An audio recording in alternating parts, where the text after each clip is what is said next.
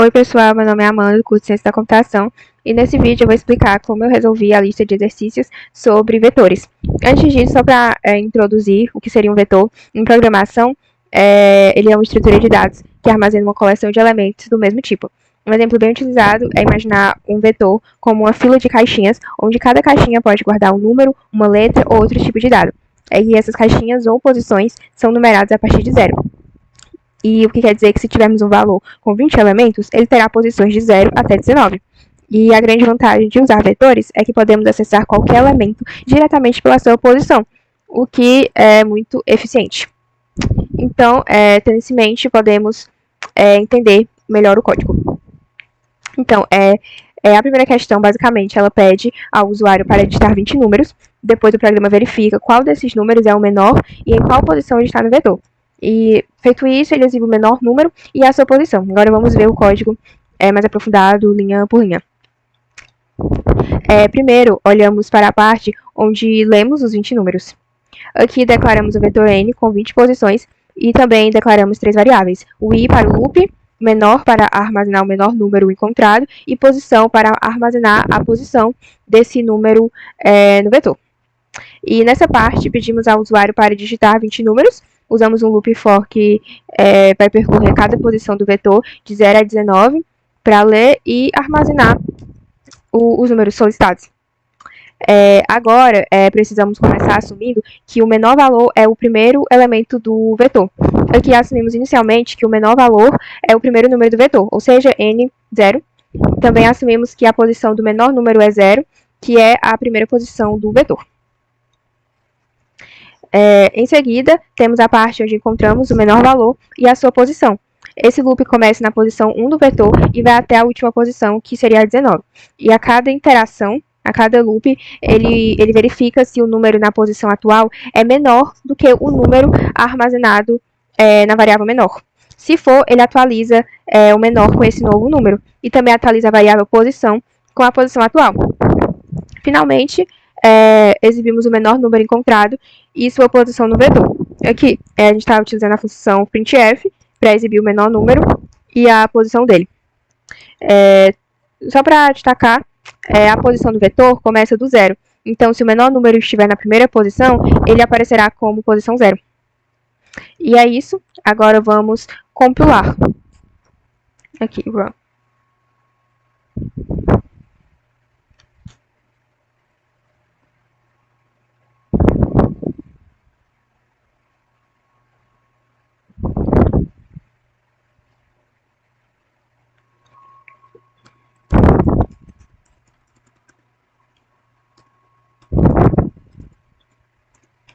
Tá, o menor número. Ops. O menor elemento de n é 0 e sua posição está dentro do vetor número 13. Exatamente. Agora eu vou explicar a questão 2, que realiza uma troca entre elementos de ordem ímpar e par dentro de um vetor de 30 posições. Explicação geral, esse código pede ao usuário para digitar 30 números, armazenados em um vetor, depois ele troca os elementos que estão em posições ímpares com os elementos nas posições pares, imediatamente anteriores, e por fim o código exibe o vetor com os elementos já trocados. Agora vamos analisar o código linha por linha. Primeiro, temos a parte onde o programa lê os 30 números. Aqui criamos o vetor k com 30 posições para armazenar os números que o usuário vai digitar. Também declaramos a variável i, que será usada nos loops. Nesse trecho, usamos um loop for para pedir que o usuário digite 30 números, um para cada posição do vetor. O loop percorre cada posição do vetor de 2 a 29, preenchendo cada uma com o número digitado. Agora vem a parte onde ocorre a troca dos elementos ímpares com os pares. Esse loop do tipo for começa em i igual a 1, ou seja, na primeira posição ímpar do vetor, e incrementa o i de 2 em 2 até a posição 29, que é a última posição ímpar do vetor. Dentro do loop, utilizamos uma variável temporária temp para realizar essa troca. A troca funciona basicamente, primeiro armazenamos o valor da posição ímpar, ki, na variável temp. Depois, substituímos o valor da posição i, índice ímpar, pelo valor da posição anterior, que seria ki menos 1, em que é o índice par. Por fim, colocamos o valor original da posição ímpar, que estava em temp, na posição par. Essa sequência de operações troca o valor da posição ímpar com o da posição par imediatamente anterior. E após realizar todas as trocas, o código exibe o vetor resultante. Aqui usamos outro loop for para percorrer todas as 30 posições do vetor e exibir o valor de cada elemento na ordem que aparece após a troca. O resultado é um vetor onde cada par de números consecutivos foi trocado. Agora vamos rodar, vamos compilar para ver se está funcionando como deveria. Vamos lá, vou deixar assim.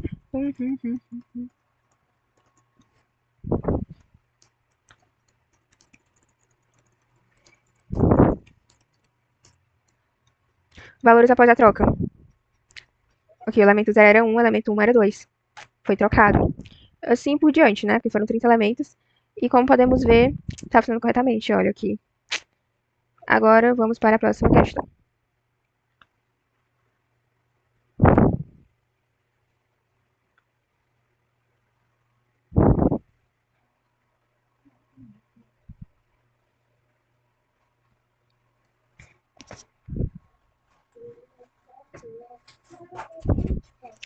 Já a questão 3 é um código em C que inverte os elementos de um vetor de 20 posições. Esse código é bem interessante porque ele troca o primeiro elemento com o último, o segundo com o penúltimo e assim por diante. Uma explicação geral, o que esse código faz é bastante simples. Ele pede ao usuário para digitar 20 números, os armazena em um vetor e então inverte a ordem desses números, trocando os elementos das extremidades até o centro do vetor. Por fim, o código exibe o vetor antes e depois da inversão. Agora vamos detalhar cada parte do código. Primeiro temos a parte onde o código lê os 20 números. Aqui criamos um vetor chamado vetor com 20 posições para armazenar os números que o usuário vai digitar. Também declaramos a variável i, que será usada nos loops, e a variável temp, que usaremos para realizar as trocas. Nesse trecho, usamos o loop for para pedir que o usuário digite 20 números, um para cada posição do vetor. O loop percorre cada posição do vetor de 0 a 19, preenchendo cada uma com o número digitado. Depois de ler os números, o código exibe o vetor original. Aqui usamos outro loop for para percorrer todas as 20 posições do vetor e exibir o valor de cada elemento na ordem em que foram digitados. Aqui usamos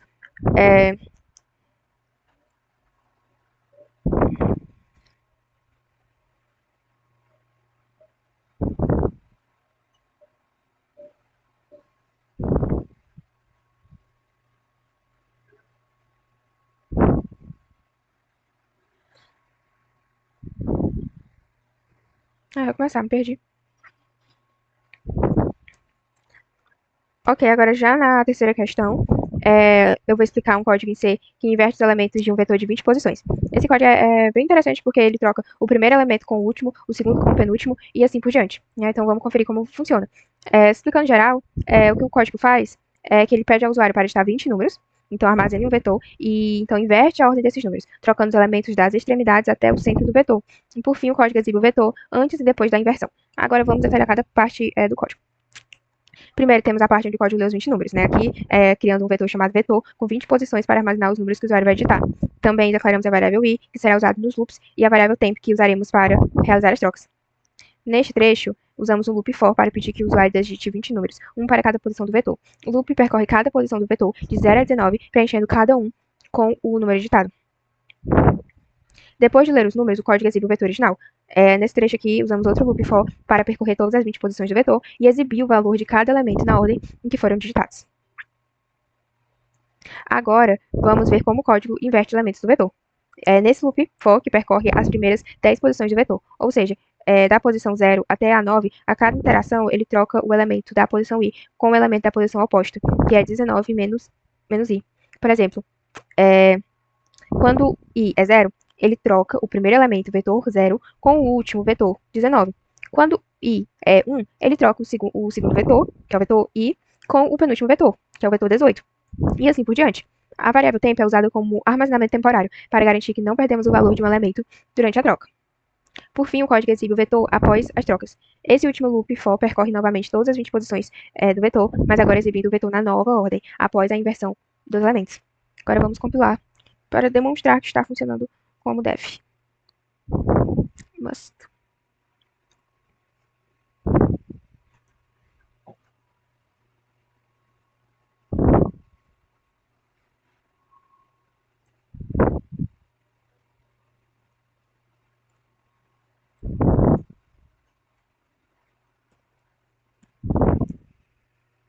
Pronto, ela pode ver como foi trocado corretamente. E foi isso, agora eu vou Então, pessoal, agora vamos para a questão 4, tá? Que pede para fazer um programa que verifica o desempenho de 50 alunos em uma prova, comparando suas respostas com o gabarito. E o programa vai contar quantas questões cada aluno acertou e informar se ele foi aprovado ou reprovado. Então, vamos entender passo a passo como eu fiz este programa. Primeiro, o código utiliza o hashtag define para definir algumas constantes importantes, especialmente no nosso projetinho, que é o hashtag define número de alunos, que eu defini como 50, o tamanho do gabarito, que eu defini como 10, número 10, e o mínimo de acertos, que é 6, tá? E essas constantes, elas são uma boa prática para tornar o código mais legível e fácil de manter, né? Que permite alterações rápidas caso os requisitos mudem. Em seguida, o código lê o gabarito da prova. Esse vetor gabarito armazenará as respostas corretas para as 10 questões. E a leitura do gabarito é feita através desse loop. Aqui o programa pede ao usuário para inserir, né, as respostas, as respostas corretas de cada questão que vai ser armazenado nesse vetor gabarito. Aí, depois de armazenar o gabarito, o programa começa a processar as respostas dos alunos. Esse vetor respostas, eu vou tirar isso aqui. Voltando aqui, esse vetor respostas vai armazenar as respostas de um aluno por vez. Então, ó, nesse loop aqui, ele vai processar as respostas para cada um dos 50 alunos.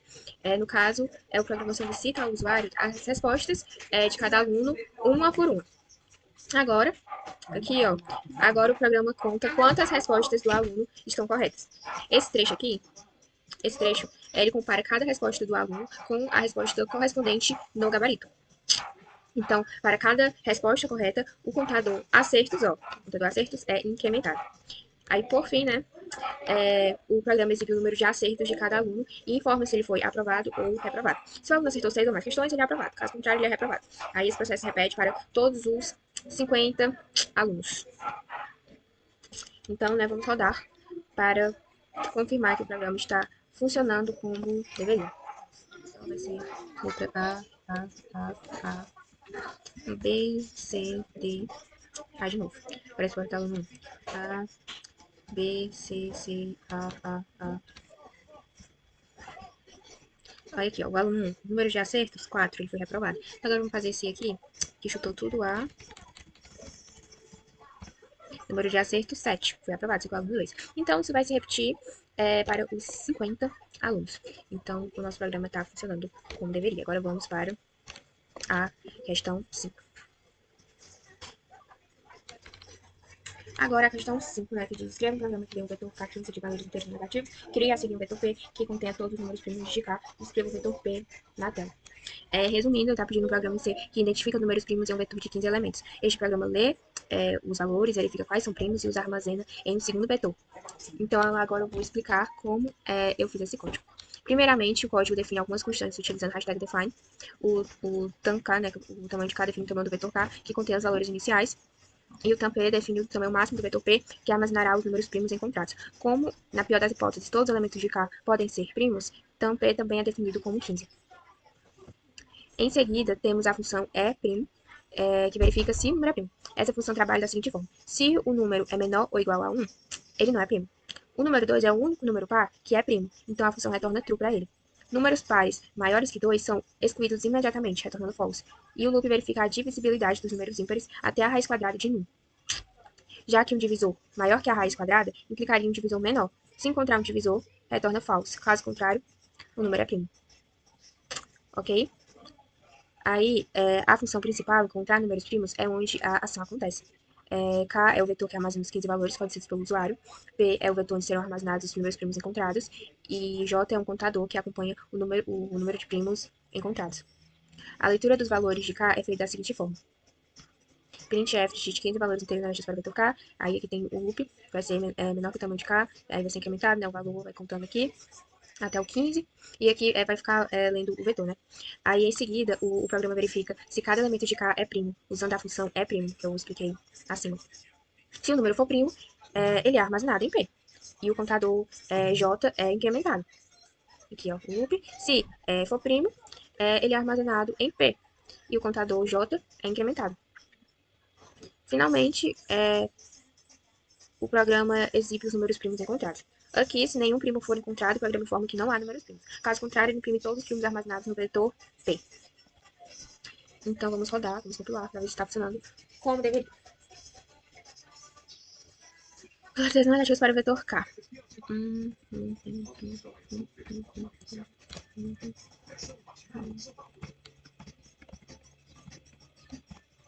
Aí o vetor P, números primos. O 2, o 3, o 5, o 7, o 11 e o 13. Exatamente. Então, o nosso programa está funcionando como deveria. Agora vamos para a questão 6. Tá, agora vamos para a questão 6, tá? Que pede para fazer o código que realiza várias operações diferentes em um vetor de 50 números inteiros, dependendo de um código de operação fornecido pelo usuário. O código permite que o usuário visualize o vetor em diferentes ordens, calcule a mediana, o produto dos elementos e outras operações, tá? Então, eu vou explicar como o meu programa funciona, destacando as partes mais importantes do código, para o vídeo não ficar tão extenso. Então, o código começa definindo o tamanho de vetor como 50. Em seguida, o programa, como eu disse, possui várias funções que realizam operações específicas do vetor. Então, a gente tem exibir os elementos, calcular a mediana, verificar números repetidos, entre outras funções. A primeira função é exibir vetor, que simplesmente imprime os elementos do vetor na ordem que foram lidos. Então, essa função usa o loop for, que percorre todos os elementos do vetor, do primeiro ao último, e os imprime na tela. Essa função é chamada quando o usuário escolhe a operação 1. O usuário vê o vetor exatamente na ordem em que os números foram inseridos por ele. Já a função exibir vetor inverso imprime o vetor na ordem inversa, ou seja, do último elemento ao primeiro. Aqui usamos um loop for que começa no último elemento, que seria tamanho menos 1, e vai até o primeiro, 0, imprimindo cada elemento do vetor na tela. Essa função é utilizada quando o usuário escolhe a operação 2, e o vetor é exibido de trás para frente. Aqui temos a função para calcular a mediana, né, que primeiro ordena o vetor, usando o algoritmo de ordenação por bolha, bubble sort, e em seguida encontra a mediana, que a mediana é justamente o termo central da minha sequência. Aí o vetor ordenado, né, com esse bubble, ele compara pares de elementos e os troca se estiverem na ordem errada. Aí a mediana é então calculada dependendo se o número de elementos é par ou ímpar. Se for par, a mediana se for par, né, que aí a divisão por 2 é o resto do zero, né? Então, se for par, a mediana é a média dos dois elementos do meio. Se for ímpar, a mediana é o elemento central. Aí essa função é chamada quando o usuário seleciona a opção 3.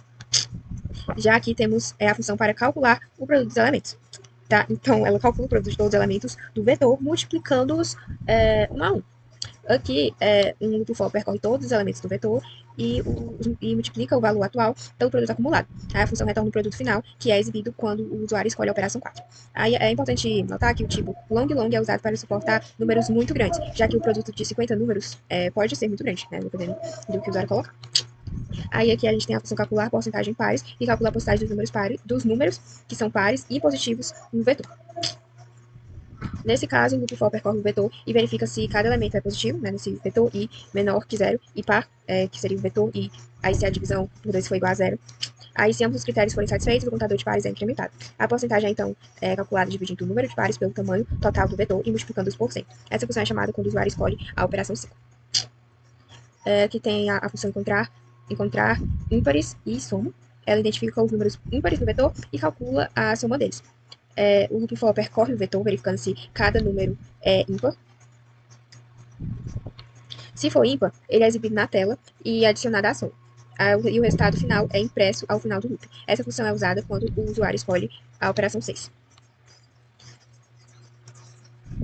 A função verificar repetidas verifica se há números repetidos no vetor e os exibe. Aqui temos dois loops for aninhados. Eles são usados para comparar cada elemento do vetor com todos os elementos subsequentes. Se o número igual for encontrado, ele é exibido e o loop interno é interrompido. Aqui a gente usa o break para isso.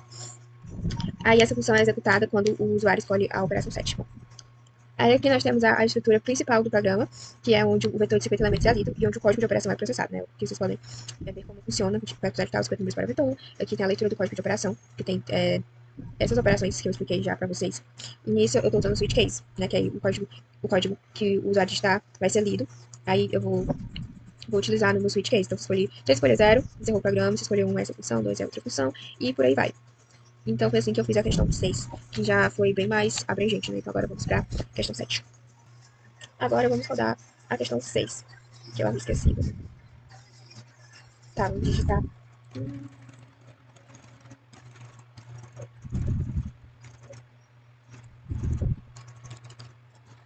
Digite o código de operação. Eu vou pedir para calcular a mediana, que é o caso 3.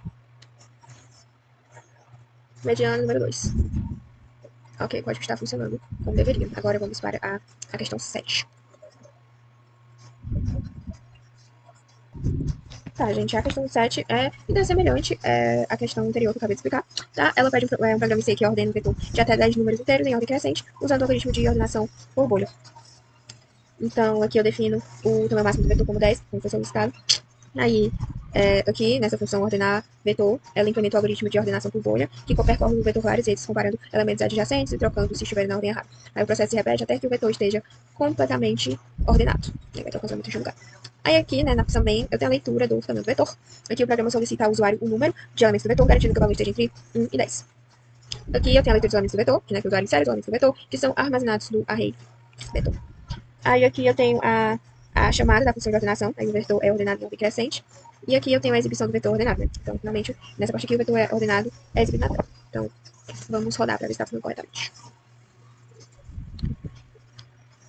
Gente, número de elementos do 2, elemento do vetor 5 e vetor ordenado em ordem crescente. Pois é, o código está funcionando como deveria, agora vamos para a próxima questão.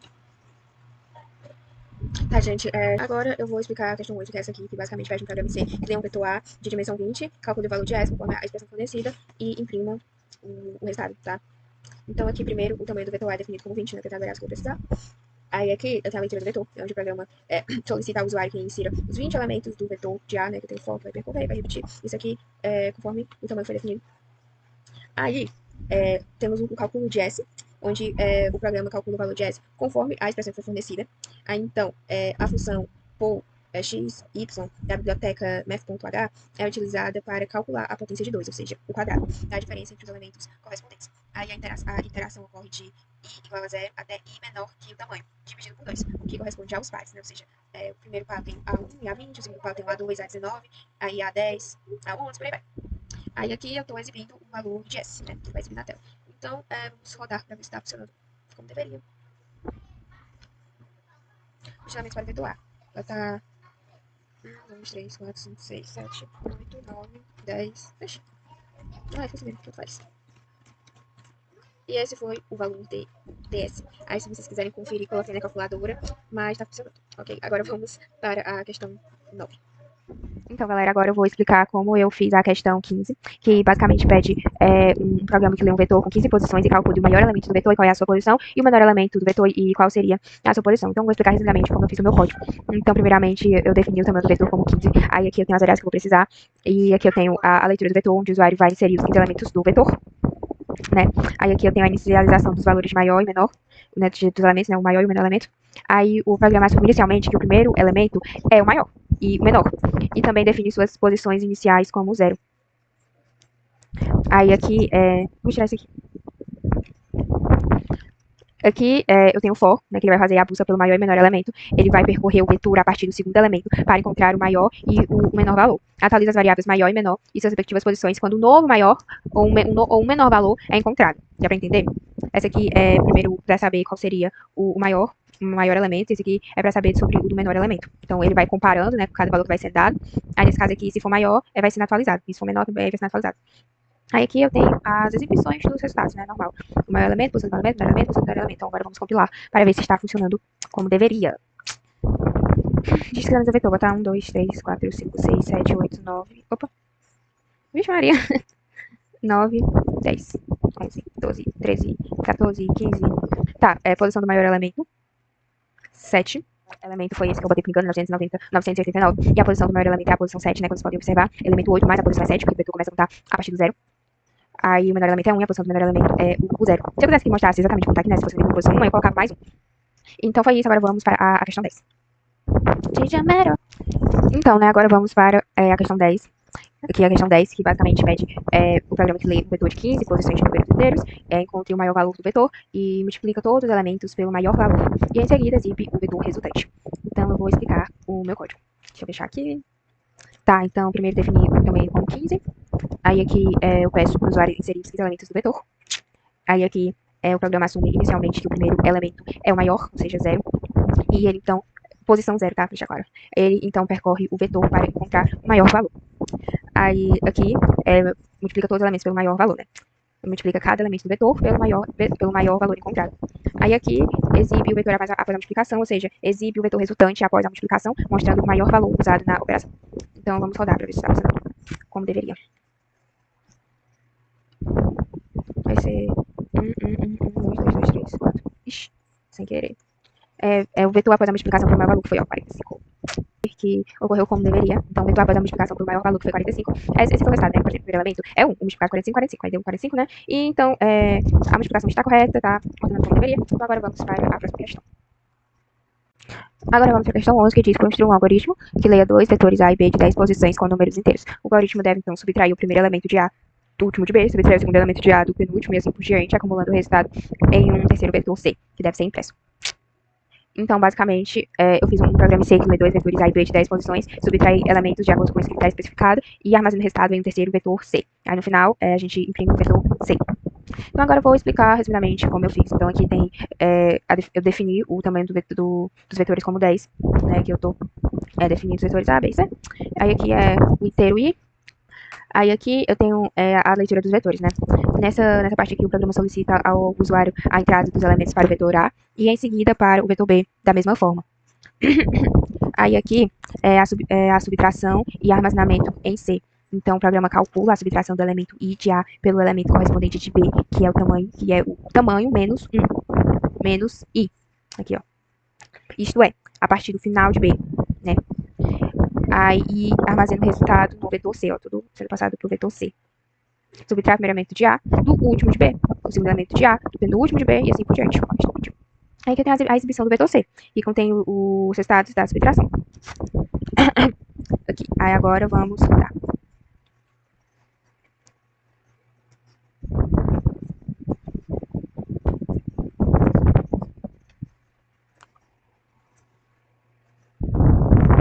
Tá, também do vetor A1.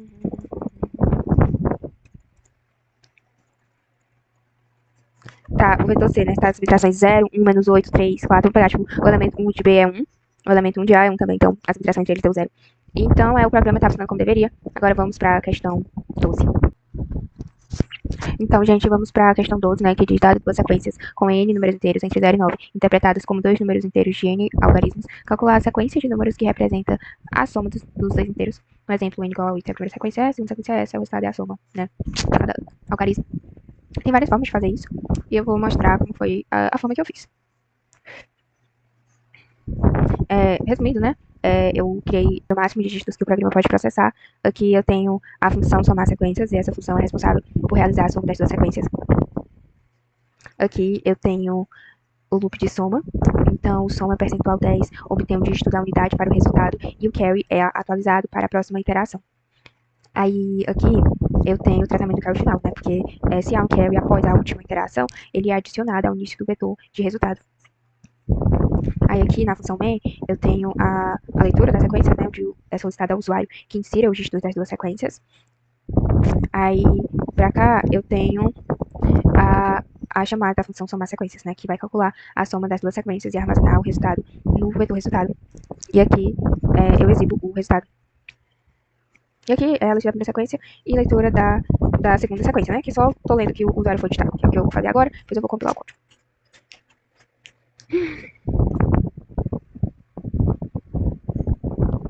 Então, vamos compilar agora. Colocar 3. Então, minha sequência é colocar 1, 2, 3. Aqui eu vou colocar 9 para somar com 1. Aí aqui eu vou colocar 5. Aqui eu vou botar 3. Então, aqui está da soma 3 com 3, 6, 5 com 2, 7, 9 com 1, com 10. Então, foi assim que eu fiz a questão 12. Então, vamos agora para a próxima questão. Agora eu vou explicar como eu fiz a questão 13, que diz: crie um programa que, dado pelo usuário uma sequência de n números reais, determine os números que compõem a sequência e a quantidade de vezes que cada uma ocorre na mesma. Exemplo, n igual a 8, é que eu tenho uma sequência. Aí a saída é menos 1,7, ocorre 3 vezes, né? 1, 2, 3. E por aí vai. Então, eu vou mostrar como eu fiz esse código. Aqui eu tenho a definição do tamanho máximo, que seria 100. Aqui eu tenho a função para verificar se o número já está no vetor de contagem, né, que eu instituí em contraíndice, ou seja, ela verifica se um número já está presente no vetor de contagem. Aqui eu tenho a função main, que são as variáveis. Aqui eu tenho a leitura do número de elementos, onde solicita ao usuário o número de elementos, ler a sequência dos números reais. Aqui verifica se o número de elementos não excede também o máximo. Então tem a leitura das sequências numericiais, né, que o usuário vai passar. Aqui eu inicializo o vetor de contagem. Aí aqui é a contagem de ocorrências. Ela conta quantas vezes cada número aparece na sequência e armazena o resultado em vetores, né? Então aqui é o ápice do meu código, né? Eu tenho o meu contador, eu tenho o loop, tenho o if, né, que verifica se o número já foi contado. E dentro do meu if, eu tenho o for que vai fazer a operação para mim e feito isso, vai atualizar o meu contador. Aí aqui eu tenho a exibição dos resultados, que mostra quantas vezes cada número aparece na sequência. Então agora eu vou compilar.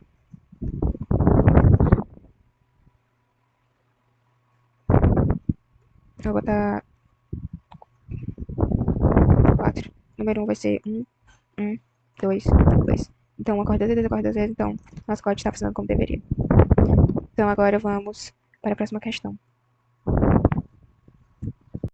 Agora vamos para a questão 15, que diz que um programa para dar um string digitada pelo usuário identifique palíndromos. Exemplos de um palíndromo: ovo, arara, seres. Que pode ver que, por exemplo, a palavra ovo, indo de trás para frente, ainda é ovo. Um exemplo bem clássico também é a palavra Ana. Então, vamos para a explicação do meu código, né, de forma mais resumida. Então, voltando, para essa questão, eu incluí duas novas bibliotecas, além da padrão, né, StringH, que é para as funções de entrada e saída. A stringh é para manipulação de string. Aí eu também incluí essa, que é para poder utilizar a função toHour, que converte caracteres para minúsculas, tá? E aqui eu estou definindo a minha constante, max, para 100. Aí aqui eu tenho a minha função, né? É palíndromo, que é responsável por verificar se a string é um palíndromo. Aí primeiro convertemos todos os caracteres da string para minúscula para garantir que a comparação não seja sensível a maiúsculas ou minúsculas. Aí em seguida comparamos os caracteres da string começando do início e do final. Se encontrarmos uma discrepância, retornamos 0, indicando que não é um palíndromo. Se todas as comparações forem iguais, retornamos 1, indicando que é um palíndromo.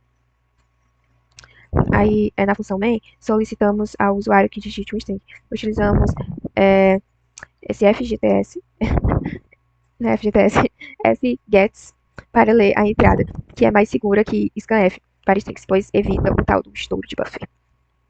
Aí removemos o caractere de nova linha, que pode ser adicionado pelo fgets ao final da string, utilizando eu não sei falar isso, ó, para encontrar a posição do caractere de nova linha e substituí-lo por um caractere nulo. Finalmente, chamamos a função palíndromo para verificar se a string é um palíndromo, né? Se for, se não for. Aí a gente vai exibir o resultado. Então agora vamos rodar, vamos compilar para ver se está funcionando como deveria. No string Ana. Ana é um palíndromo. Legal, né? Outro. Deixa o string Amanda. Não é um palíndromo. Então está funcionando como deveria. E agora vamos para a próxima questão. Agora vamos para a questão 16, tá? Que pede um código que remove espaços em brancos repetidos de uma string fornecida pelo usuário, tá? Opa, então eu vou tirar isso aqui. Então aqui eu também tenho a inclusão das bibliotecas, que eu já falei na questão anterior. Mas eu agora vou usar esse aqui para as funções de teste de caracteres, como o isSpace. Aqui eu tenho a função remover espaços repetidos. Ela vai percorrer a string e remover os espaços em brancos que estão repetidos. Então, primeiramente, inicializamos duas variáveis, i e j, que mantém a posição de escrita na string resultante. Aí também usamos espaço em branco para controlar se o último caractere adicionado foi um espaço. Aí dentro do loop, verificamos se o caractere atual é um espaço em branco usando o space. Aí, se for, verificamos se o último caractere adicionado não foi um espaço em branco. Se essa condição for verdadeira, adicionamos o espaço ao resultado. Marcamos que o último caractere foi um espaço. E tem os comentários explicando mais detalhadamente, a fim de que vocês possam compreender. Aí, como eu disse, se o caractere não for um espaço, simplesmente adicionamos ao resultado e inicializamos o flag. Aí no final do loop adicionamos o caractere nulo para finalizar a string, ó, esse aqui. Aí já aqui, ó, na função main, pedimos ao usuário que digite um string. Usamos o fgets para ler a entrada, que, como eu tinha dito, é mais seguro para strings. Aí em seguida removemos o caractere de nova linha, se presente, e chamamos nossa função para remover espaços em brancos repetidos. Aí aqui a gente exibe a string modificada, né, se for necessário. Então vamos testar aqui. A palavra está funcionando corretamente. Vou colocar aqui olá, mundo. Pode ver que ele tirou os caracteres desnecessários que estava aqui. Então está compilando corretamente. Então agora vamos para a próxima questão. Agora vamos para a questão 17, que diz que um programa para dar do string digitada pelo usuário converte a primeira letra de cada palavra para maiúscula. Então, eu vou explicar resumidamente como eu fiz o meu código. Aqui, né, já na função principal, é onde o programa começa. Primeiro declaramos uma rede de caracteres chamados string, que é onde vamos armazenar a nossa string. Aí o elemento que ela vai ter pode ir até 100, né? Aí em seguida usamos essa função aqui para ler a string fornecida pelo usuário. Isso permite que o usuário tenha uma frase completa, incluindo o espaço. Aí aqui, né, essa linha aqui, a gente está removendo o caractere da nova linha se presente, tá? Então aqui, a gente está usando essa função aqui para remover o caractere de nova linha, que pode ser incluído pelo fget. Aí, depois de ler a string, chamamos a função converter a primeira letra maiúscula para transformar a primeira letra de cada palavra para maiúscula. Então, vamos ver como está essa função. Ela está bem aqui. E é onde a mágica acontece. Ela percorre cada caractere de string para verificar se é o início de uma nova palavra. Aqui, ó. Deixa eu tirar isso daqui, tá tão pronto. Aí, usamos a variável nova palavra para identificar quando um caractere é a primeira letra de uma nova palavra. Se encontrarmos um espaço, definimos nova palavra comum, indicando que o próximo caractere deve ser convertido para maiúscula. Vocês estão entendendo? Porque se antes tiver um espaço, porque o próximo caractere é o início da palavra, então tem que ser maiúsculo. Para isso, a gente também usa Voltando, para isso a gente também usa o space para verificar espaços e tupper para converter a letra para maiúscula. Se o caractere não for o início de uma nova palavra, garantimos que ele esteja em minúsculo com o toLever. Isso aqui é converte o resto dos caracteres para minúsculas e aqui converte a primeira letra da nova palavra para maiúscula. E por último, né, é a exibição do resultado. Né? A string modificada é exibida ao usuário. Aí isso mostra o resultado final com a primeira letra de cada palavra em maiúscula. Vou rodar aqui para ver. Amanda, pois é, então rodou corretamente. Então agora vamos para a próxima questão, galera. Essa aqui é a questão 18 e pede para criar um código para contar o número de palavras em uma frase. Então eu vou explicar como eu fiz o meu código. Então, indo para a função main, né, que é o ponto de partida do programa, aqui declaramos um array de caracteres chamado frase para armazenar a entrada do usuário. Em seguida, usamos a função fgets para ler a frase completa. Note que o fgets é usado para ler a frase, o que inclui espaços e permite capturar frases completas. A função contar palavras é então chamada para contar o número de palavras na frase fornecida.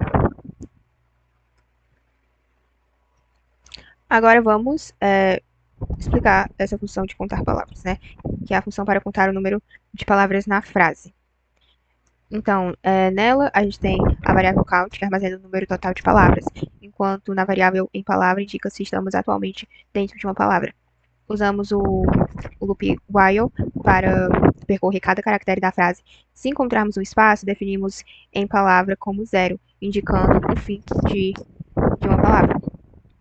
E se encontrarmos um caractere que não é um espaço e em palavra é 0, significa que estamos no início de uma nova palavra.